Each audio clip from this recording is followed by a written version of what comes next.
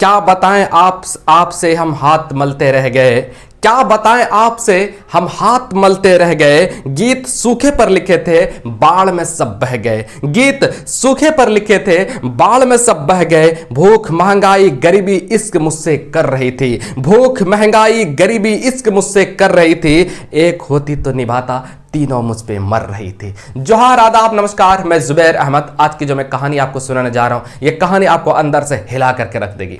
एक बार एक व्यक्ति एक छोटे से झोपड़ी में दिया जला करके पढ़ रहे थे। कुछ रात हो रही थी, रात हो रही थी। रात होते रहे, समय बीतता रहा था। 12 बजता है, 1 बजता है, उसको नींद आने लगती है। और जब नींद आती है तो फिर वो दिया को बुझा देते हैं,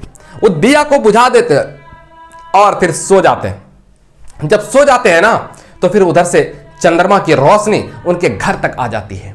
चंद्रमा की रोशनी उसके घर तक आती है, थोड़ा थोड़ा उजाला दिखने लगता है उसके घर में भी। वो सोच में पड़ जाते हैं, एक छोटी सी दिया और चंद्रमा की रोशनी को घर में आने से रोक रही थी। आखिर ऐसा कैसे हो सकता है? एक छोटा सा दिया तो छोटा ही है ना, और एक छोटी सी दिया और चंद्रमा की रोशनी को आने से रोक सकती है। ऐसा कैसे हो सकता है? अगर ऐसा नहीं हो सकता है तो फिर रुकी कैसे? अगर रुकी थी, बाहर में खड़ी थी, अब रुकी थी, तब तो ये उजाला हो रहा था। और अभी जैसे ही बुझा दिया, तब तो ये उजाला अंदर आ गया, मतलब कमरे में चंद्रमा की रोशनी आ गया।